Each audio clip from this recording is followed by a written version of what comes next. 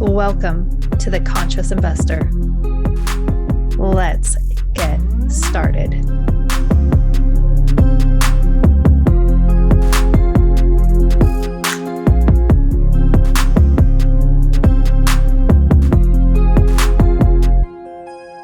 If you thought that I had so much positive energy, a lot of people think that, you are going to absolutely love the ray of sunshine I get to spend space with this morning. Masha, thank you so much for joining me on The Conscious Investor.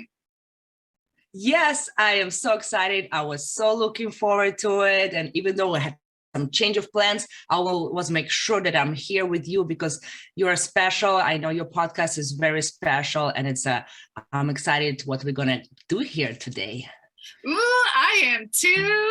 I love that she's recording in the hotel room. I've had that luxury as well, but she has this really fancy mic. I mean, you were planning and thinking ahead. You're like, I'm going on the podcast. I got to make sure I'm set. And she has so much consideration. It's just exceptional. So much so that she's making sure that you, the listeners, are taken care of, that you are the priority number one. Because I always ask people, hey, how can we create a podcast that's going to, benefit you and what you're doing? And she's like, no, Julie, remember, it's not about you or me. It's about the people that are listening. And that, like, Masha, that's what is so endearing about you, is that you always remember who you're doing things. I'm like getting all teary-eyed over here because I'm like, you just remember who you're about. You're such a champion of supporting and helping others. So I just want to say thank you for that. And spending time with you down at Coeur d'Alene and just being able to meet you in person, it's like the authenticity, and people can feel that. I'm sure as you guys listen, you're going to feel her authenticity, but it's like, it's so real, and you're just amazing, and I adore you. Thank you so much, Julie. Thank you so much. It's amazing. I mean, the energies, I think we have those energies that we don't see them. We can't really exactly explain them, but they're really what matter. That's what really move us. That's where we can able to accomplish such bigger things together as people, like together as teams, together just supporting each other as partners. And even though we may not work directly together or not the same partners, but we're really there to support each other. And that's why I definitely want the audience to know that connect with the great people who you feel that energy, that beautiful energy, and you will rock the mountains with them 100%. And you do this on a regular daily basis. Anyone who, if you're not already following Masha on like the social channel of your choice, like make sure you go and you follow her. Handles will be in the show notes, but you want to do that because it's just like so joyful and exciting. And you see just like how she's just taking charge and tackling these amazing projects. But I have to hear this story. I said, we got to hit record because I'm anxious to hear this story. You and I have a tendency to meet people wherever we go and to develop relationships. And so you were flying from New York and you met somebody. Can you tell? I got to hear the story. Yes, I mean, it's really, really a funny story. I'm flying, and of course, I have my computer, I have my spreadsheets, it's January, so I'm still kind of clarifying and detailing my goals, being very specific, almost like month by month, what are intentions, and be specific, because the more you're specific with your goals, the more you know where you're going. If you're driving on a Uber, you can tell Uber, I'm going somewhere. I mean, where are you going to get? You're going to get somewhere. So that's why I'm working on my goals. I'm working on the underwriting. Business plan. You name it. For these 3 hours from Miami flight, at the end of when we're almost landing, this lady that's sitting next to me, she's like, oh my God, tell me everything, show me everything what you were doing. I wasn't spying on you, Masha. I mean, she didn't know my name. I wasn't spying on you, but I want to learn everything what you were doing throughout all this flight. And I'm like, okay. And she's like, I'm so sorry. I really wasn't spying, but it wasn't impossible not to see some things that you were doing. And at the end, we just started talking, and she became my student. I became a coach, and I actually will be teaching her things that I've been learning. And I told her we can't go straight to underwriting. We can't go straight to how to find deals. First is mindset. It's having the mindset of confidence, the mindset of power, and all those limiting beliefs. You need to be aware of them to be able to surpass them. So it's just incredibly how just being on a plane, you can meet someone. She was so inspired, and I'm excited to be able to give to someone the opportunity to get what they want in life. That is exceptional. And I have some stories that are very similar to that, but I want to go back to what you said. And so many people want to jump into a mentorship type situation or coaching situation to like learn the business side of things. And I love that you said we're going to start at the very beginning. I feel like Julie Andrews in The Sound of Music, she's like, let's start at the very beginning. It's one of her songs in that movie.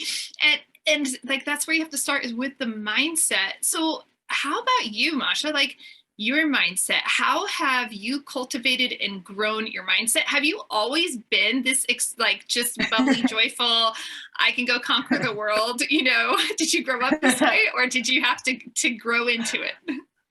And that's funny. And I'm going to actually tell a quick little story behind it too.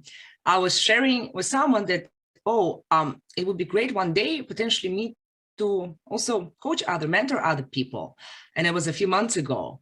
And she said, yes, it's great, Masha, but you have to remember that people are not like you. They're not so confident. They're not so like ready to go, ready to kill, ready to conquer.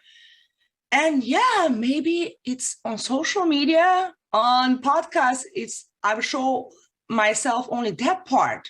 But believe me, I have a lot of limiting beliefs, a lot of them. And obviously I've been surpassing where was Masha a couple of years ago, where I am. It's definitely two different human beings, because I've been working on my mindset. So it's accomplishable. But me, actually, that's when I was in college, for example, public speaking. My first speech in college, I couldn't finish my presentation because I was so nervous. My throat got so dry. My heart, pumped out outside somewhere. I couldn't. I was so nervous that I couldn't. I stopped in the middle of the presentation, had to leave. That's how bad I was. I cannot even, like, it's like disconnect, not the same person, right? Like, yes. So different. Yes. So, and I realized that I needed to practice. I had to keep going. I had to conquer all these limiting beliefs that the world will end if I come on stage. But the same thing with the investing. It's coming to, especially coming from a background of Russian blonde. There's a stereotype of Russian blonde woman, in Russia, that, I would say they're typically not striving for great careers, and they're just typically can find a rich man and just stick around like that. So growing up in the environment and getting into commercial real estate, specifically self-storage, I wasn't sure if I will be accepted, actually. I thought, and I watched this movie Banker, and if anybody watched the movie Banker, you should definitely watch it. There was an African-American who was very smart back in, I think, 50s, and he realized he couldn't pursue some commercial real estate because he would not be accepted. And he used someone, a white-skinned gentleman, to go and do negotiations for him. But behind he was. So I thought, I'm going to use my boyfriend first to go and speak to others. Can you imagine? I thought that people will, what is this Masha wants to do in the serious business? And no, I just realized I started going into actually webinars, putting myself in super uncomfortable situations, and just keep going. And then I realized, no, actually people respect me. People actually were respecting me, and I would just keep going, surpassing nonstop. And that's why I'm here right now. And many of you see some people that you see, all the successes they achieved, or they are so confident. There is so much you don't know about them, so much hidden there that we don't know. This is so true. And I appreciate your honesty with all of that, especially with the stereotypes that oftentimes women feel that I can't be successful in this capacity, in this space, because, and it could be investing, it could be a specific niche like self-storage, or, I can't do mobile home parks, because like we put these narratives in our mind that oh, we can only go so far, instead of saying, but why? I just admire so much that you put yourself in the realm of discomfort over and over and over again, and every time you were rewarded for it. Yes, 1,000%. This is how we grow, right? Putting ourselves in uncomfortable zones. This is you actually, what I will say, sometimes people scared of those zones, but if you know you're going and you know you actually will grow in them, this is, you come into the uncomfortable zone. Okay, this is the time I'm growing. This is where I know when I have challenges and where I had actually horrible situations where I wanted to go hide in a corner and cry. I was like, Masha, you're actually so much right now learning. You have the best experience so many people wish. And even though it's not the most pleasant situation that you want to be dealing right now with, this is where you can get to that next level. So up and up and up. So that's where also those challenges, I remember about it. Okay, those challenges will take me somewhere else, somewhere where I haven't been yet. And it's it's a better place where we all want to be. I just love it, love it, love it. And one of the things I've been saying on the podcast a lot recently is courage is rewarded. When we step courageously into the discomfort, we're so often rewarded, because all of those beliefs that we had, that story we kept replaying in our mind, it doesn't usually become reality. The worst case scenario usually doesn't happen. And we end up finding, like, even if something doesn't go perfectly as planned, it's like, oh, well, that worked out really well. I learned a whole bunch and I met a lot of really amazing people. Whoa, that was really amazing.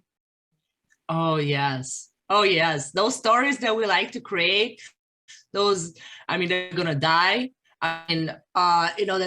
Almost died in some situation. It's with so much put our mind into just nightmare. We create a lot of nightmares for ourselves and for others many times too, because you're probably stressing around like crazy, and then people near you also get to be in that space, and it's just always created right here, and maybe it wasn't really necessary.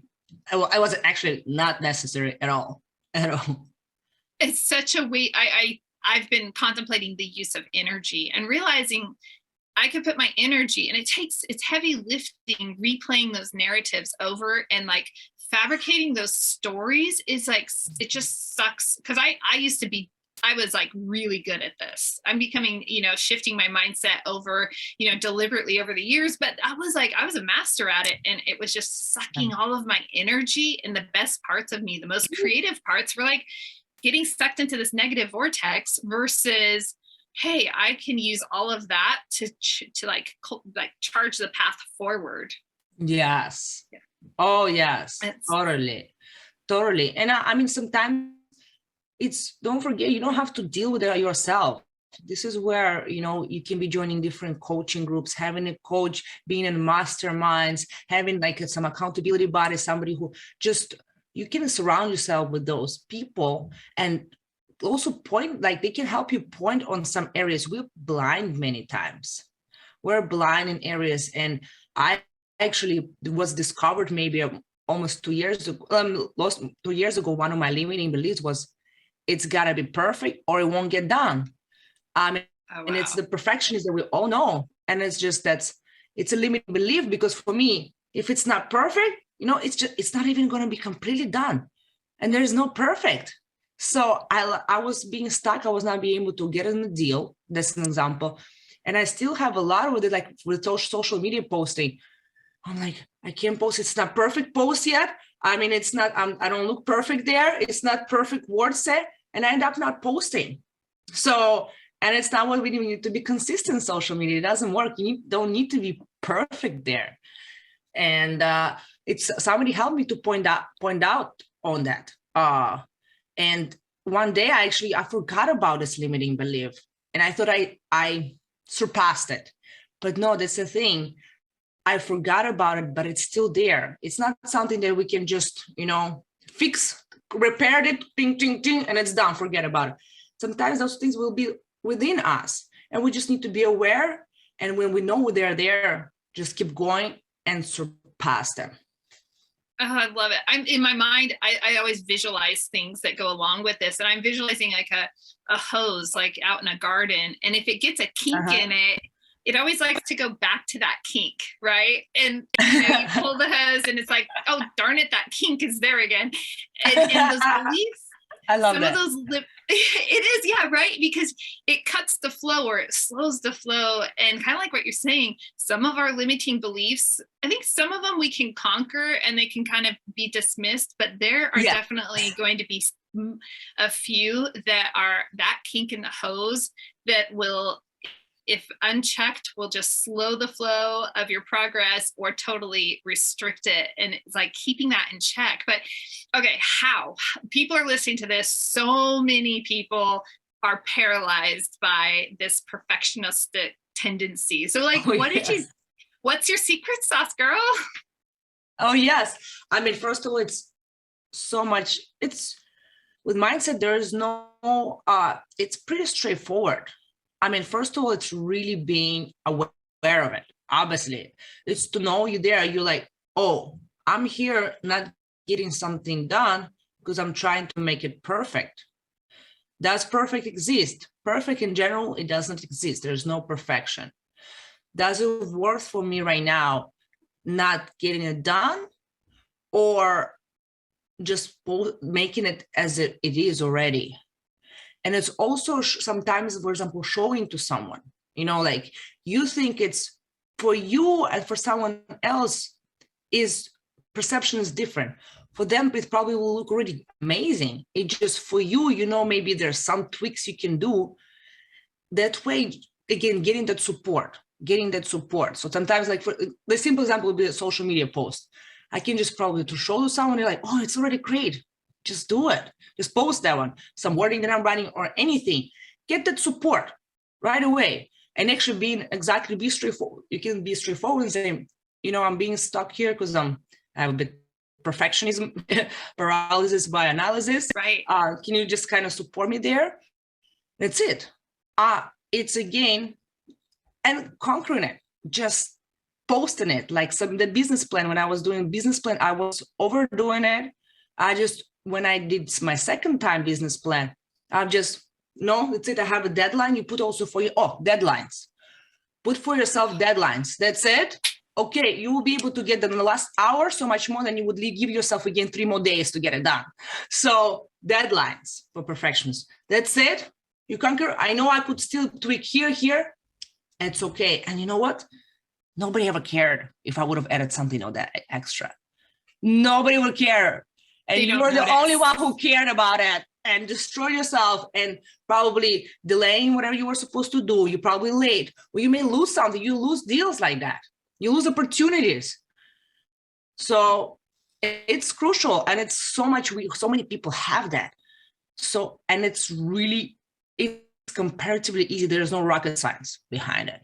Awareness, accepting that it's okay, and just do it, and getting help. That's how I see it's been happening. I'm just like, mic drop. Everybody has just like walked away with like, that is so easy to implement. And I can see the value in, you know, going to you as a coach and saying like, hey, I want to be really successful in this space. And I love that you start with mindset. Like, how do, you know, like, so how did you get involved? I mean, you've been crushing it specifically, like overall, you're crushing it, but like you're dominating self-storage, like left and right. I'm seeing your posts like, oh, there's Masha again, closing on another one. You know, it's like, so when you're looking at, you know, like supporting people in getting into their real estate investment journey on the commercial side and incorporating that mindset, where did that all start? And what limiting beliefs did you have to overcome to go down that path? Okay, of course, for sure, most definitely. I actually, when I used to be a real estate agent, and long story short, my broker was doing some flipping, and I was like, oh, I'll participate with him. Was helping him a little bit here and there, nothing crazy. And then we even did Airbnb. We actually leased the property, in South Beach and subleased it until it became illegal. We were be able to do it in the beginning. So we were be able to do that. And I was working with him and it was so great. And then one day what happened that our second investment with him, he is not responding. He is delaying the return to giving money back. Like, uh-oh, what's going on? And he's giving excuses, and then they are more and more and more. And then one day he just disappeared. He just disappeared. And we invested. I have like some friend who invested. My mother also invested together with me. I'm like, yay, great experience investing. And the funniest part that he was calling me his little sister. He's like, you're my like little sister. He wants my car broke. He gave me his car. And it just was all not the best experience, especially still pretty new being to Miami. I don't have big network of people that I could like reach out for help. I don't have, brothers, a long time friends so kind of lost for sure. And I thought that day that I will never, ever come back to real estate investing. It was horrible, obviously, experience.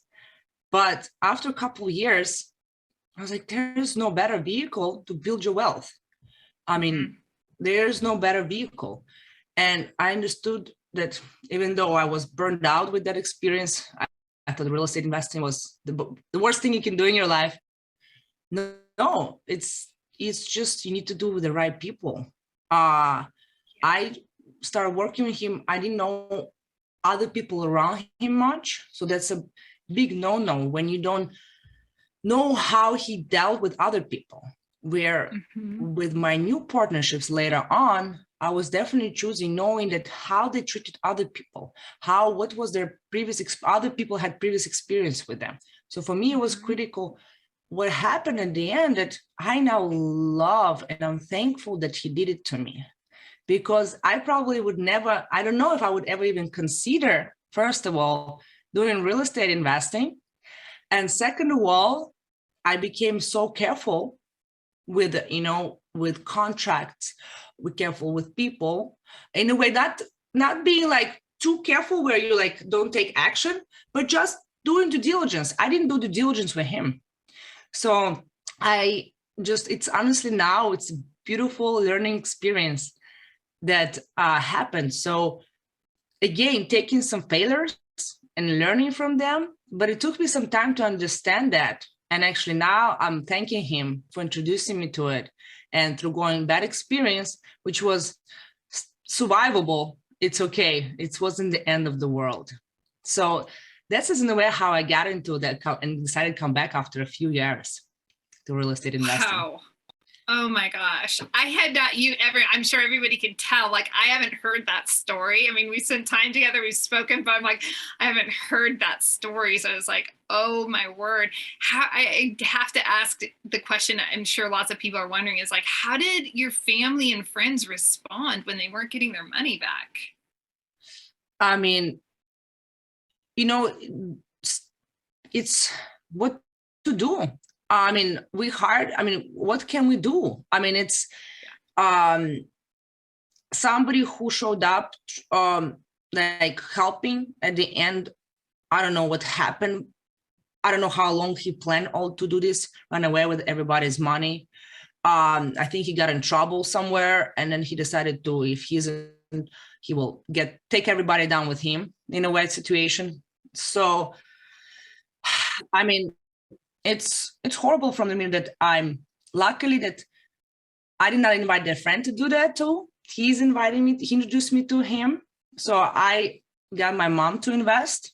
So, but now I'm definitely with more paying her. I mean, not paying her back literally, but showing her that there's a great way to get it done. And she's super happy right now. She's super happy with what I'm doing. And she knows it's a completely different experience from previous time.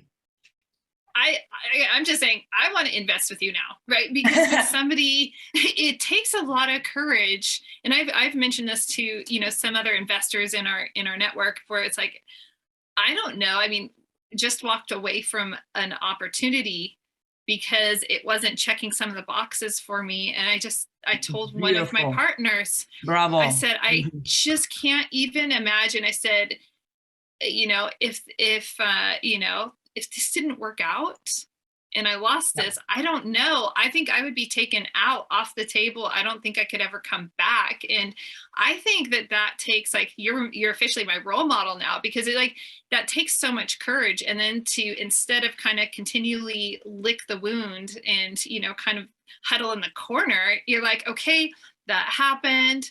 And now when I go forward, this is how it's done. And I just feel like that is superstar strength right there, is, forged.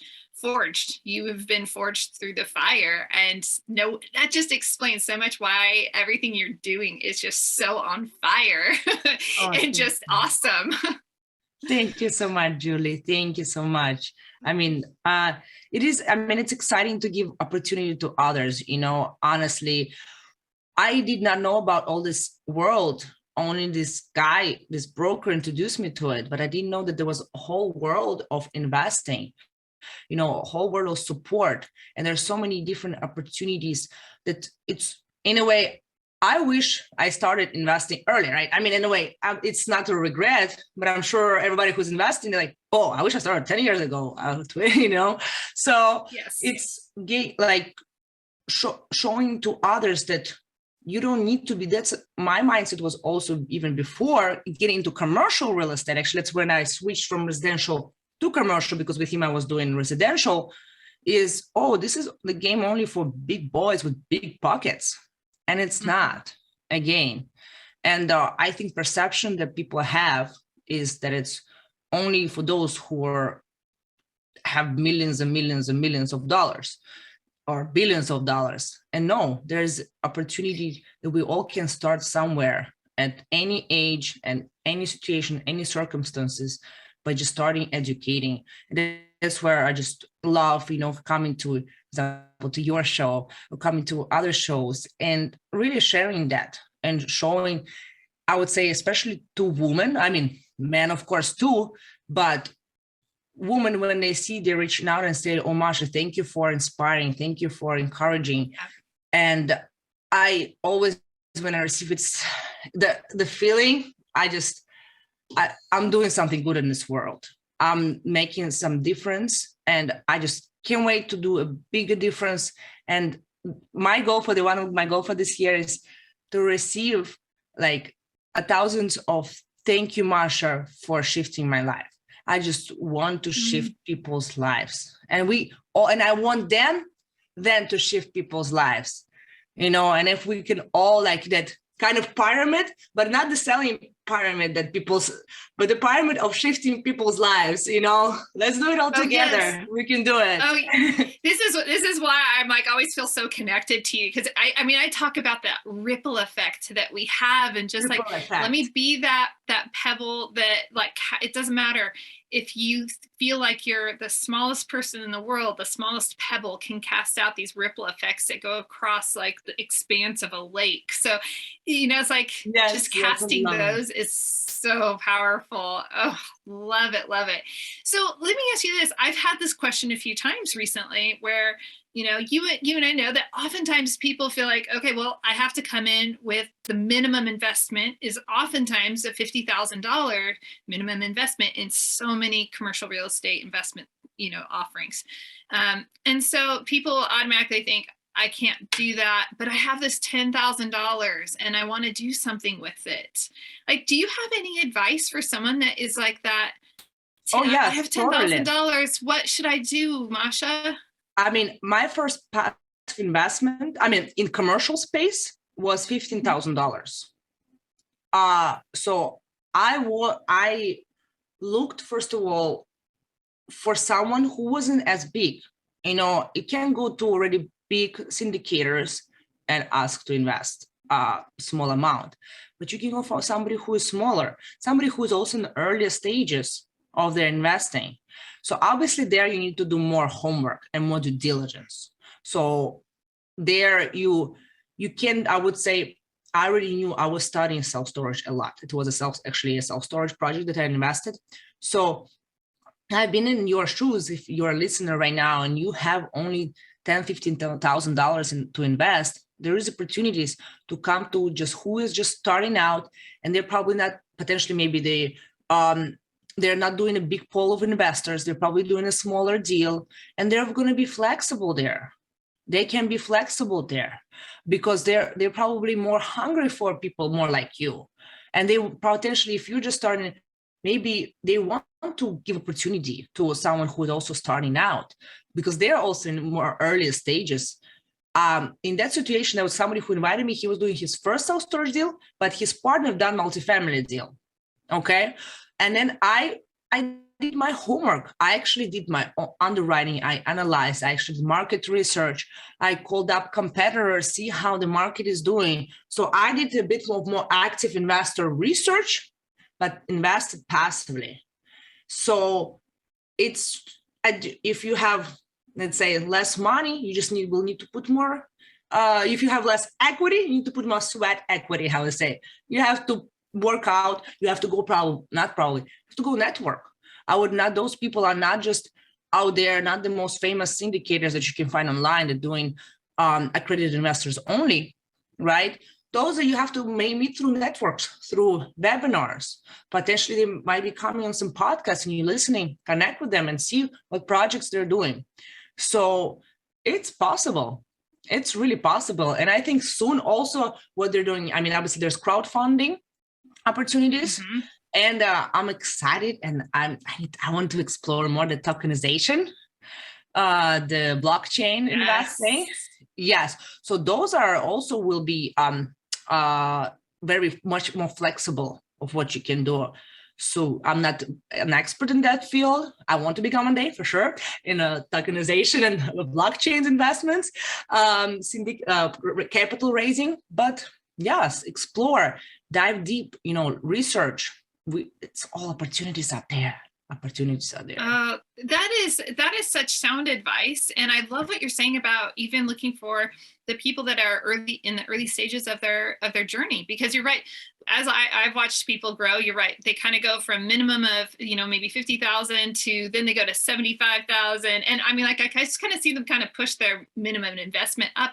Yeah. And I think with some people and then they go into, we're just accredited only type situation. And that serves them well. It's easier to have a smaller investor base, fewer investors in the offering, right? But, and you're right, the offering sizes usually get larger as people have more experience. So yeah, if somebody's only doing a, $1 million raise, they have more space and latitude. They don't need as many bigger fish. That makes so much sense. Totally. That makes a lot of sense. And I think that that's going to be a little bridge to a lot of people listening right now and how, in taking their first step into investing. Of course, 100%. And it's also, I mean, again, network and asking, someone, I actually asked a few people, do you know this investor? Do you have any? I was asking people around, and I wasn't as connected as I am. It was when I was just still in the more beginning stages. So I had to put myself in an uncomfortable situation, reach out to people and ask them this question: what do you think? I'm actually thinking potentially investing, or do you know this person? Do you know how much credible? So yeah, network. Just a brilliant advice. I love it so much.